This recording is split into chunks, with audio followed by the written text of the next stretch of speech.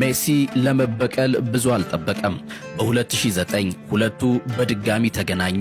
በዚህ ጊዜ በቻምፒዮንስ ሊግ ፍጻሜ በሮም። በዛ የግላዲያተሮች ጦርነት የማንቸስተር ዩናይትድ ቡድን ሙሉ በሙሉ በባርሴሎና ተበልጦ ነበር።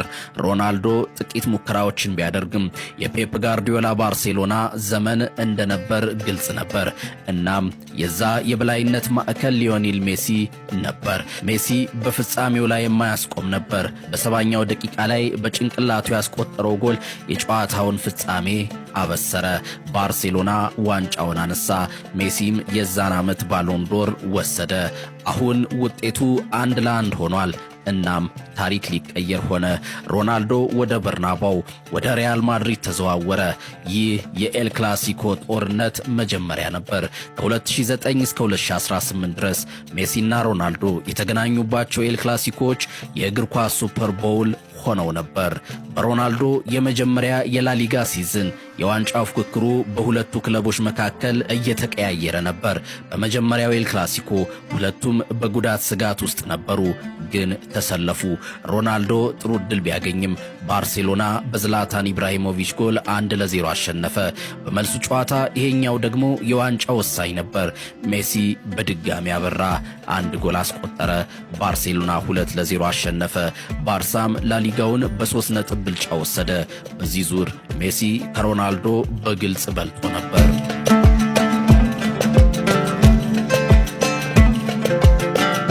ቀጣዩ ሲዝን 2010-2011 ሜሲ ሌላ ባሎን ዶር አግኝቷል። ማድሪዶች በድጋሚ ሊጉን እየመሩ ነበር።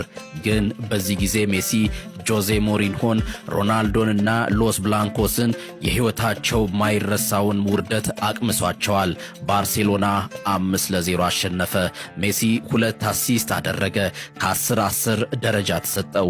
ሮናልዶ ተበሳጭቶ ፔፕ ጋርዲዮላን እስከ መገፍተር ደርሶ ነበር። ግን ያ ሲዝን ገና አላለቀም ነበር። በ18 ቀናት ውስጥ 4 ኤል ክላሲኮች ተደረጉ።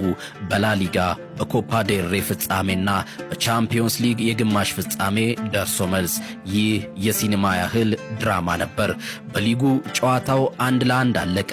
ሁለቱም ከፍጹም ቅጣት ምት ጎል አስቆጠሩ። በኮፓ ዴል ሬ ፍጻሜ ከባድ ጨዋታ ነበር።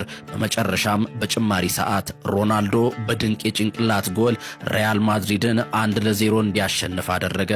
ይህ የሮናልዶ በማድሪድ የመጀመሪያ ዋንጫ ነበር።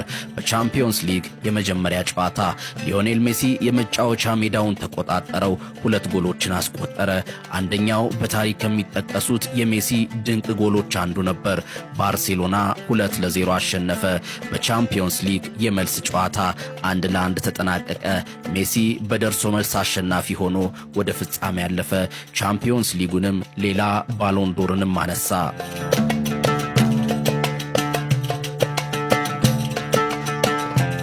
የ2011-2012 ሲዝን በስፓኒሽ ሱፐር ካፕ ተጀመረ።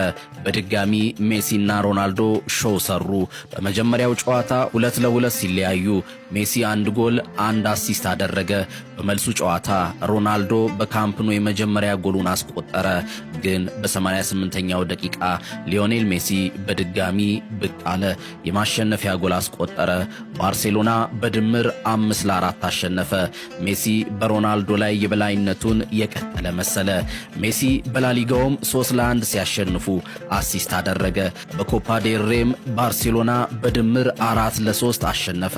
ለሮናልዶ ነገሮች ሁሉ የተበላሹ ይመስሉ ነበር። ግን የሆነ ነገር ሊቀየር ነበር። የሜሲ ፔፕና የባርሳ የበላይነት ዘመን መሰንጠቅ ጀመረ። በላሊጋ ሪያል ማድሪድ እየበረረ ነበር።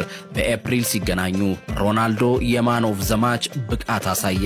በካምፕኑ ያቺን ታሪካዊ ጎል አስቆጠረ።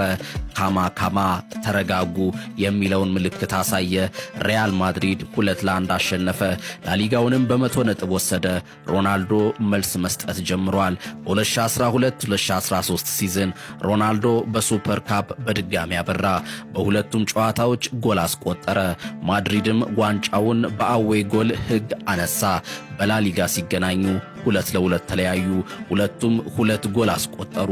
በኮፓ ዴላሬም ግማሽ ፍጻሜ ሮናልዶ በካምፕ ኑ አስደናቂ ብቃት አሳይቶ ፔናልቲ አግኝቶ አስቆጠረ።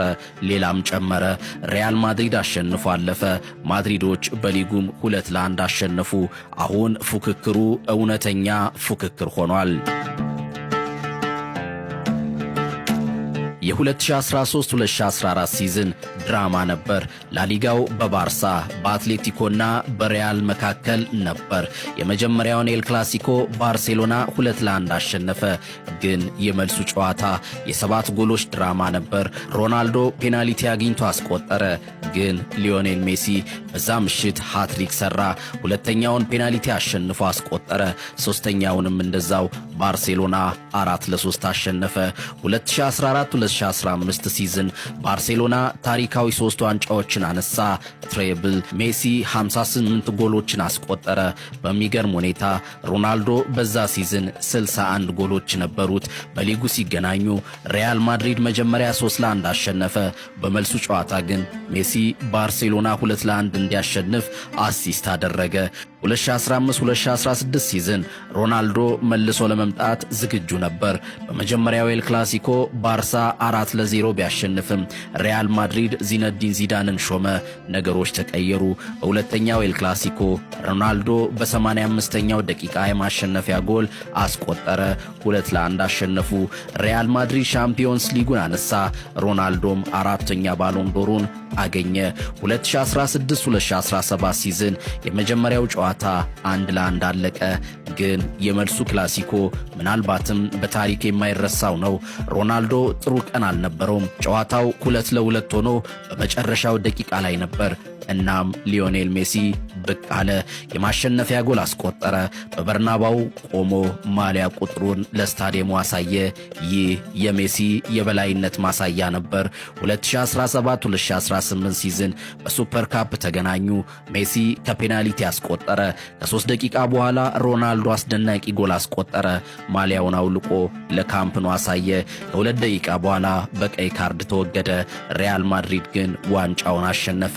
በታህሳስ ወር ባርሴሎና 3-0 ሲያሸንፍ ሜሲ በድጋሚ በጎልና አሲስት አበራ። በሲዝኑ መጨረሻ ሲገናኙ የሮናልዶ በስፔን የመጨረሻው ኤል ክላሲኮ ነበር። ሮናልዶ በጉዳት ከመውጣቱ በፊት ጎል አስቆጠረ። ሜሲም አወዛጋቢ ጎል አስቆጠረ። 2-2 ተጠናቀቀ። በስፔን የነበራቸው ፉክክር በዚህ አበቃ።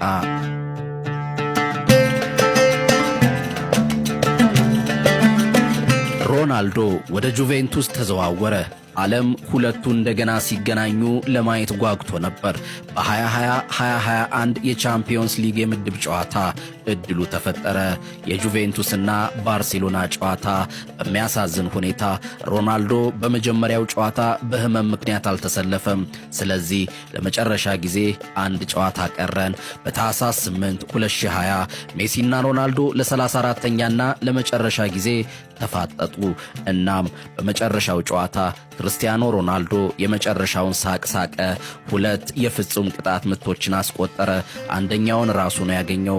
ሜሲ በበኩሉ ጥሩ ተጫውቶ በቡፎን ድንቅ ኳሶችን ቢያድንም በቡድን ጓደኞቹ ተበላ። ጁቬንቱስ 3-0 ተሸነፈ። የመጨረሻው ነጥብ ለክርስቲያኖ ሮናልዶ ሆነ።